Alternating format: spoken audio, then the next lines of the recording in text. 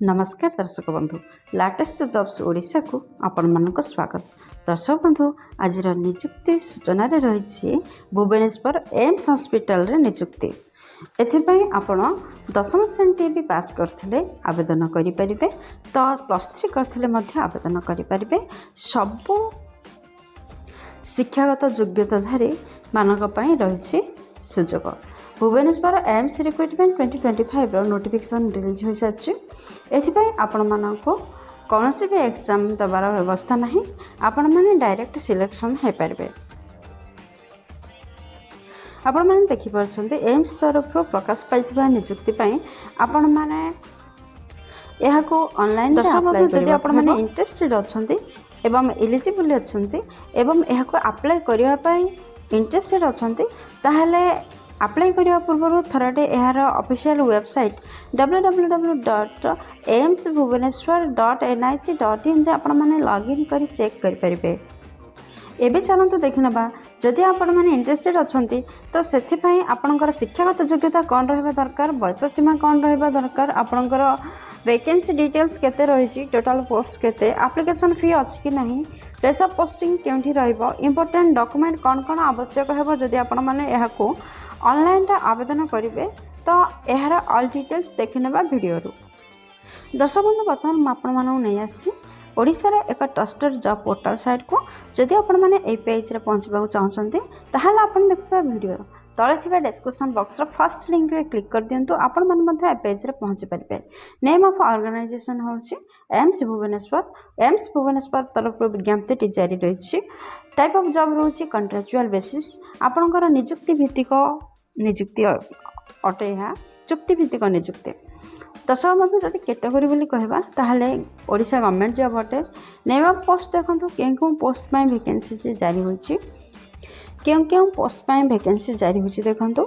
आपनकर project scientist, project technician support आ multitasking staff एहीपरि 3 प्रकार नियुक्ति पय विज्ञप्ति जारी होछि। एप्लीकेशन मोड आपनकर ऑनलाइन रे होछि। ईमेल रे मध्ये आपण माने आवेदन करि परिबे। क्यों माने यह आवेदन करि परिबे देखंतु आम ओडिसा रे समस्त कैंडिडेट पे आवेदन करि परिबे। प्लेस ऑफ पोस्टिंग ओडिसा रे रहइबो। अप्लाई डेट कहले ऑलरेडी अप्लाई स्टार्ट होई सालानी, आपण चाहिले बेबी अप्लाई करि परिबे। अप्लाई रा लास्ट डेट 12/5/2025 रहउची। दर्शक बंधु यार ऑफिशियल वेबसाइट विषय तो आमे आगरो आलोचना कर सारछे। जदि आम जेंडर विषय कहबा ताहले उभय महिला प्रार्थी एवं पुरुष प्रार्थी यही पदवी पर आवेदन करें। Bhubaneswar AIIMS recruitment 2025 eligibility criteria प्रथम देखने शिक्षागत योग्यता कौन रहा दरकार। दर्शक बंधु आपण मैंने तो जानले 3 प्रकार पोस्ट वैकेंसीज रिलीज होची। जदि आपण मैंने प्रोजेक्ट रिसर्च साइंटिस्ट 1 पदवी पर आवेदन करने चाहते, जदि आपण मैंने पीजी करथिबे माने पोस्ट ग्रेजुएट करथिबे ताहले पदवी पे आवेदन करि पारे। जदि प्रोजेक्ट टेक्निशियन सपोर्ट पदवी पे आवेदन करिया पय चाहछन्ती ताहले आपण माने माइक्रोबायोलॉजी रे जदि ग्रेजुएशन डिग्री हासिल करथिबे एवं 3 वर्ष रो अति कम रे एक्सपीरियंस थिबो ताहले आपण माने एही पदवी पे आवेदन करि पारबे, जोटा कि प्रोजेक्ट टेक्निशियन सपोर्ट पदवी पे। दर्शक बंधु जदि आपण माने मल्टीटास्किंग स्टाफ पदवी बा एमटीएस पदवी पे आवेदन करबा चाहछन्ती ताहले आपण माने 10th क्लास टे पास करथिले एही पदवी पे आवेदन करि परिबे। भुवनेश्वर एम्स रिक्रुटमेंट 2025 रो सिलेक्शन प्रोसेस किपर रहउची देखंते। भुवनेश्वर एम्स रिक्रुटमेंट 2025 रो नोटिफिकेशन अनुसार आपण माने किछि भी एग्जाम रो व्यवस्था आपण माननक पई नाही। आपण माननकर डायरेक्ट सिलेक्शन रहिछि। मेरिट बेसिस रे सिलेक्शन रहइबो, इंटरव्यू रहइबो एवं आपनकर डॉक्यूमेंट वेरिफिकेशन रहइबो। एही परि 3टी पर्याय रे आपनकर सिलेक्शन रहउछि। जदि हमें एज लिमिट विषय कहबा तो जदि आपण माने प्रोजेक्ट रिसर्च साइंटिस्ट पदवी पे आवेदन करबे को चाहछन्ते ताहले 35 वर्ष सर्वाधिक बयस पर्यंत आपण माने आवेदन करि परिबे। जदि आपण माने प्रोजेक्ट टेक्निशियन सपोर्ट पदवी पे आवेदन करबा चाहछन्ते ताहले मध्ये आपनकर सर्वाधिक बयस सीमा 35 वर्ष रहइबो।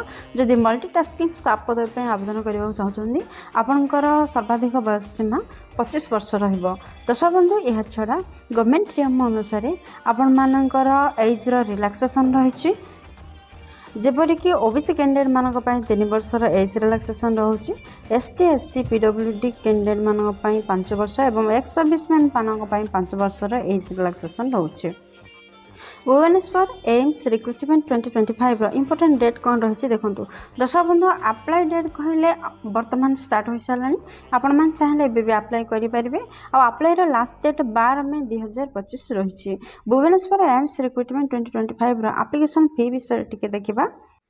ଦର୍ଶକ ବନ୍ଧୁ ଯଦି ଆପଣମାନେ ଜେନେରାଲ ଇଡବ୍ଲ୍ୟୁଏସ୍ ଓବିସି କ୍ୟାଣ୍ଡିଡେଟ୍ ଅଟନ୍ତି ତାହେଲେ ଆପଣମାନଙ୍କ ପାଇଁ ଫ୍ରି ରହିଛି, ମାନେ ଫ୍ରିରେ ଆବେଦନ କରିପାରିବେ। ଯଦି ଏସଟି ଏସସି ଓମେନ୍ ଅଛନ୍ତି ତାହେଲେ ମଧ୍ୟ ଆପଣମାନେ ଫ୍ରିରେ ଆବେଦନ କରିପାରିବେ। ତ ଟୋଟାଲ୍ ଉପରେ କହିବାକୁ ଗଲେ ଆପଣମାନେ ଯେକୌଣସି କେସ୍ରୁ ଆସିଥିଲେ ମଧ୍ୟ ଆପଣମାନେ ଆପ୍ଲିକେସନ୍ ଫ୍ରିରେ କରିପାରିବେ। ଦର୍ଶକ ବନ୍ଧୁ ଆପଣମାନେ ତ ଜାଣିଲେ ଏସବୁ ପଦବୀ ପାଇଁ ଆପଣମାନଙ୍କୁ ଅନଲାଇନ୍ରେ ଆବେଦନ କରିବାକୁ ହେବ। ଯଦି ଆପଣମାନେ ଅନଲାଇନ୍ରେ ଆବେଦନ କରୁଛନ୍ତି ତ ତାହେଲେ ଡକୁମେଣ୍ଟ କ'ଣ ଆବଶ୍ୟକ ଅଛି ଦେଖନ୍ତୁ। କ'ଣ ଇମ୍ପୋର୍ଟାଣ୍ଟ ଡକୁମେଣ୍ଟର ଆବଶ୍ୟକତା ରହୁଛି। ଫର୍ଷ୍ଟରେ ସମସ୍ତ ଶିକ୍ଷାଗତ ଯୋଗ୍ୟତାର ସାର୍ଟିଫିକେଟ୍ ମାର୍କସିଟ୍ର ଆବଶ୍ୟକତା ରହୁଛି। ସେକେଣ୍ଡରେ କେସ୍ ସାର୍ଟିଫିକେଟ୍ର ଆବଶ୍ୟକତା ରହୁଛି। ଦର୍ଶକ ବନ୍ଧୁ ଯଦି ଆପଣମାନେ ଜେନେରାଲ କେସ୍ ବ୍ୟତୀତ ଅନ୍ୟ କୌଣସି ବି କେସ୍ରୁ ଆସିଥାନ୍ତି ତାହେଲେ ଜାତି ପ୍ରମାଣପତ୍ରର ଆବଶ୍ୟକତା ରହୁଛି। ଥାର୍ଡ଼ରେ ଭ୍ୟାଲିଡ୍ ଇମେଲ୍ ଆଇଡି ଏବଂ ମୋବାଇଲ୍ ନମ୍ବରର ଆବଶ୍ୟକତା ରହୁଛି। ଫୋର୍ଥରେ ରିସେଣ୍ଟ କଲର୍ ପାସପୋର୍ଟ ସାଇଜ୍ର ଫଟୋର ଦରକାର ଅଛି। ଫିଫ୍ଥରେ ଗୋଟେ ଆଇଡି ପ୍ରୁଫ୍ର ଆବଶ୍ୟକତା ରହୁଛି। ଆପଣମାନେ Aadhaar card, vote card, PAN card ଯେକୌଣସି ଗୋଟେ ଆଇଡି ପ୍ରୁଫ୍ର ଆବଶ୍ୟକ ଦେଇପାରିବେ। ଆପଣମାନଙ୍କର ସିକ୍ସଥରେ ଆପ୍ଲିକେସନ୍ ଫର୍ମର ଆବଶ୍ୟକତା ରହୁଛି। ଦର୍ଶକ ବନ୍ଧୁ ଏତିକି ଡକୁମେଣ୍ଟକୁ ରେଡ଼ି କରନ୍ତୁ ଆଉ ଅନଲାଇନ୍ରେ ଆବେଦନ କରନ୍ତୁ। ଦର୍ଶକ ବନ୍ଧୁ ଯଦି ସାଲାରୀ ବିଷୟରେ କହିବା ତ ଆପଣମାନେ ତ ଜାଣିଛନ୍ତି 3 ପ୍ରକାର ପୋଷ୍ଟ ଭ୍ୟାକେନ୍ସିଜ୍ ରିଲିଜ୍ ହେଉଛି। ପୋଷ୍ଟ ଯୋଗ୍ୟତା ଅନୁସାରେ ପୋଷ୍ଟ ଏବଂ ପୋଷ୍ଟ ଅନୁସାରେ ଆପଣଙ୍କର ଦରମା ରହୁଛି। ଯଦି ପ୍ରୋଜେକ୍ଟ ରିସର୍ଚ୍ଚ ସାଇଣ୍ଟିଷ୍ଟ ପଦବୀ ପାଇଁ ଆବେଦନ କରୁଛନ୍ତି ତ ମାସିକ ଦରମା ଆପଣଙ୍କର 67,200 ଟଙ୍କା ରହୁଛି। ଯଦି ଆପଣମାନେ ପ୍ରୋଜେକ୍ଟ ଟେକ୍ନିସିଆନ୍ ସପୋର୍ଟ ପଦବୀ ପାଇଁ ଆବେଦନ କରୁଛନ୍ତି ମାସିକ ଦରମା 33,600 ଟଙ୍କା ରହିବ। ଯଦି ମଲ୍ଟିଟାସ୍କିଂ ଷ୍ଟାଫ୍ ବା MTS ପଦବୀ ପାଇଁ ଆବେଦନ କରିବେ ତାହେଲେ ମାସିକ 26,800 ଟଙ୍କା ଦରମା ରହୁଛି। ଦର୍ଶକ ବନ୍ଧୁ ଆପଣମାନେ ତ ଜାଣିଛନ୍ତି ଏହାକୁ ଇଣ୍ଟରଭ୍ୟୁ ମାଧ୍ୟମରେ ସିଲେକ୍ସନ୍ ରହିବ ଆପଣଙ୍କର। ତ କେଉଁ ସ୍ଥାନରେ ଆପଣଙ୍କର ଇଣ୍ଟରଭ୍ୟୁ ରହିବ ଦେଖନ୍ତୁ। UG practical hall microbiology, second floor, academic block department of microbiology, AIIMS Bhubaneswar, pin 751019। ଏହି ଆଡ୍ରେସରେ ଆପଣମାନେ ପହଞ୍ଚିଯିବେ ଆଉ ଇଣ୍ଟରଭ୍ୟୁ ଦେବେ। ଦର୍ଶକ ବନ୍ଧୁ ଆମେ ଆଗରୁ ଜାଣିଛେ ଏଥିପାଇଁ ଇମେଲ୍ ମଧ୍ୟ ଆପଣମାନେ କରିପାରିବେ। ତ ଆପଣଙ୍କର ପାଇଁ ଏଇଟା ଇମେଲ୍ ଆଡ୍ରେସ୍ ଦେଖନ୍ତୁ। ଏହି ଆଡ୍ରେସରେ ଆପଣମାନେ ଇମେଲ୍ କରିପାରିବେ।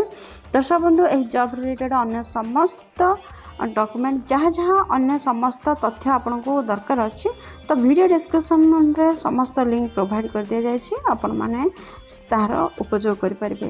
ଦର୍ଶକ ବନ୍ଧୁ ଆଶା କରୁଛି ଭିଡ଼ିଓଟି ଆପଣଙ୍କର ବହୁତ କାମରେ ଲାଗିବ। ଯଦି କିଛି ବି ଉପକାର କରିପାରୁଛି ଭିଡ଼ିଓଟି ଗୋଟିଏ ଲାଇକ୍ କରିଦିଅନ୍ତୁ। ସାଙ୍ଗମାନଙ୍କ ସହିତ ଯଥେଷ୍ଟ ପରିମାଣରେ ସେୟାର କରନ୍ତୁ।